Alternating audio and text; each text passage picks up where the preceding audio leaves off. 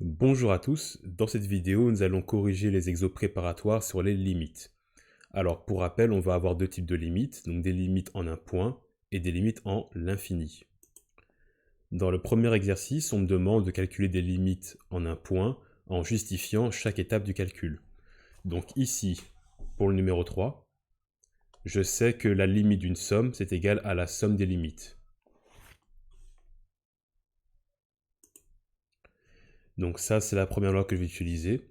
Et il y a une deuxième loi qui va être utile ici, c'est de dire qu'en fait, quand j'ai la limite d'une constante, donc c multiplié par une fonction, bah en fait, on a vu en cours qu'on pouvait prendre juste la constante et s'en débarrasser. Donc c'est un peu comme si je prenais mon c ici et que je mettais du coup devant ma limite. D'accord? Donc ça, c'est la seconde loi qui va être utile ici. Alors, si j'applique ces deux lois successivement, qu'est-ce que je vais obtenir? Alors, je vais avoir ici la limite, donc je vais avoir 5 limite de x au cube moins 3 limite de x au carré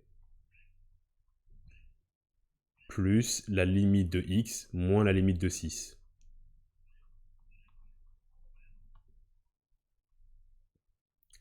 Et donc du coup qu'est-ce que j'obtiens ici? En fait là j'ai simplement à remplacer maintenant 3 dans mes expressions.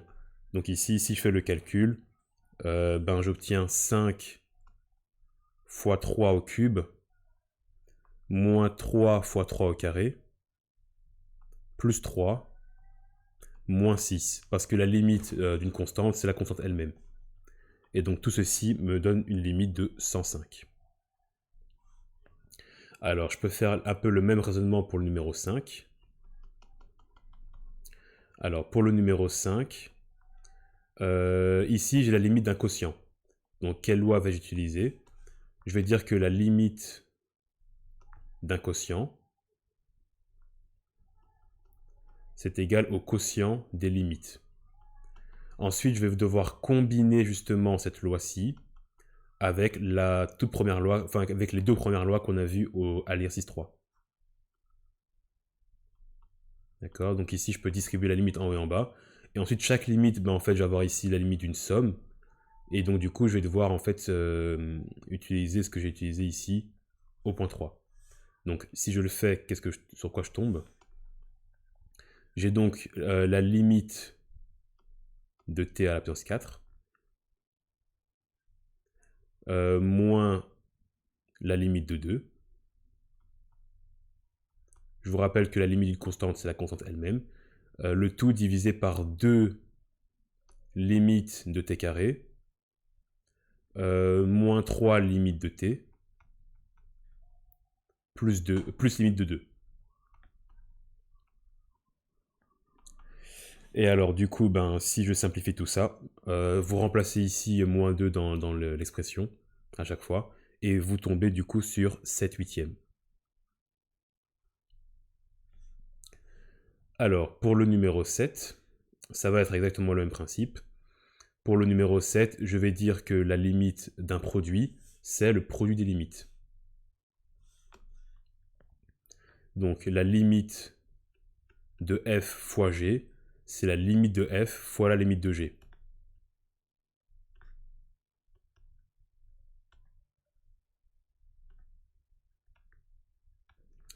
Et donc du coup, si je fais ça, en fait, j'ai simplement distribué la limite.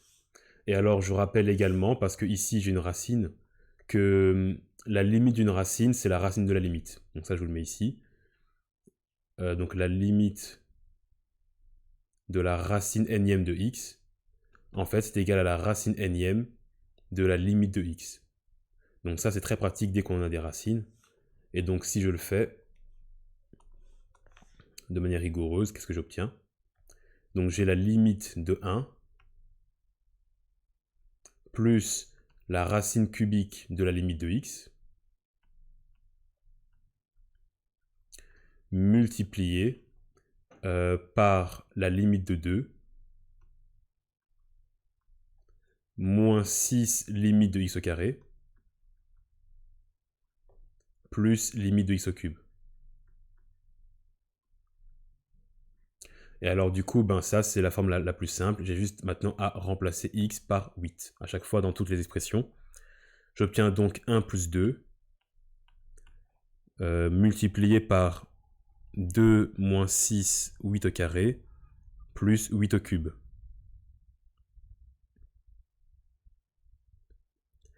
Et tout ceci, si vous faites le calcul, vous tombez sur 390. Alors, je vais faire le 9 sur une page à part. On me demande ici de calculer la limite d'une racine. Donc, je rappelle ici que la limite d'une racine, c'est la racine des limites. Donc, la limite de la racine énième de f, c'est la racine énième de la limite de f. Alors, sachant cela, ben ici, je peux résoudre mon exercice. Et je rappelle aussi que la limite d'un quotient, c'est le quotient des limites. Du coup, en fait, qu'est-ce que j'ai? J'ai la racine carrée de la limite, donc de 2 limites de x au carré plus limite de 1, divisé par 3 limites de x moins limite de 2. Alors attention que les limites, chaque fois, c'est pour x tendant vers 2, donc on n'oublie pas qu'on tend vers un point. Et maintenant que j'ai ça, en fait, je peux tout simplement remplacer x par sa valeur, et en fait, j'obtiens que c'est la racine carrée, donc ici de 2 fois 4 plus 1, divisé par 6 moins 2. Et ça, du coup, ça me fait 3 demi.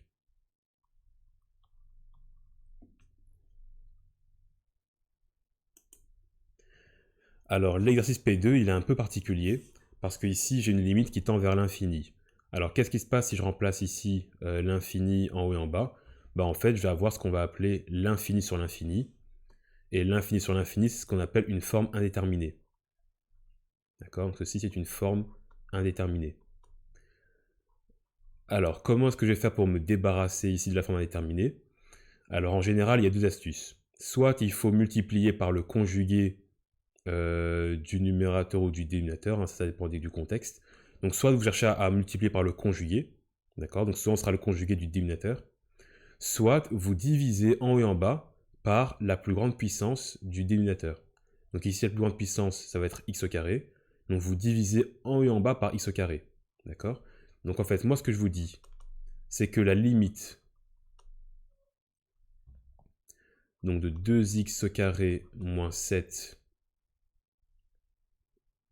divisé par 5x au carré plus x moins 3. Vous devez tout diviser en haut et en bas par x au carré. Donc ici, chaque terme sera divisé par x au carré. Et alors, pourquoi est-ce que ça marche? Ça marche tout simplement parce qu'ici, vous allez voir que l'infini va disparaître. Donc ici, je vais avoir la limite en l'infini de 2 moins 7x au carré divisé par 5 plus 1 sur x moins 3 sur x au carré. Et ça, c'est chouette parce qu'en fait, 1 sur l'infini, en fait, ça fait 0. D'accord? Si vous faites 1 divisé par 1 milliard, vous avez bien 0,00001. Voilà, donc c'est bien la preuve que divisé par un nombre gigantesque, ça donne bien du coup un 0. Et donc du coup, en fait, ici, je vais avoir la limite d'un quotient, c'est le quotient des limites, et on distribue la limite. Donc j'ai la limite de 2, moins la limite de 7 sur x au carré, divisé par la limite de 5, limite de 1 sur x, et limite de moins 3 sur x au carré. Donc en fait, je peux tout simplement mettre moins 3 ici, et ce sera la limite de 1 sur x carré. Comme je viens d'expliquer, 1 sur l'infini, ça fait 0. Donc en fait, qu'est-ce qu'il me reste? Il me reste 2 cinquièmes. Il me reste 2 cinquièmes parce que la limite d'une constante, c'est la constante elle-même. Voilà. Donc ça, c'était en fait une forme indéterminée où il fallait tout diviser par x au carré. On verra au TP qu'il y a une autre méthode. Donc parfois, vous allez avoir typiquement des racines. Donc imaginons que ici, vous avez une racine. D'accord? Vous avez divisé par la racine de quelque chose moins racine de quelque chose. Alors ça, c'est pas du tout pratique. Du coup, ce que vous allez faire, c'est que vous allez multiplier en haut et en bas par le conjugué. Donc ce sera racine de plus fois racine de plus. Et alors pourquoi est-ce que c'est pratique de faire ça? Parce que en fait, je sais que a plus b facteur de a moins b, ça fait a carré moins b carré. Donc en fait, mes racines vont se simplifier. Enfin, elles vont disparaître, pardon. Et quand mes racines vont disparaître, il y a probablement aussi un autre terme qui va disparaître. Voilà, et je finis la vidéo avec ça. Parfois, il faudra même combiner les deux règles. Donc, c'est-à-dire qu'on commence par multiplier en haut et en bas par le conjugué. On obtient ici un peu la même forme que l'exercice qu'on a fait ici, le numéro 7. Et ensuite, on divise tout par la puissance du dénominateur pour faire disparaître du coup l'infini. Et 1 sur l'infini, ça fait bien 0.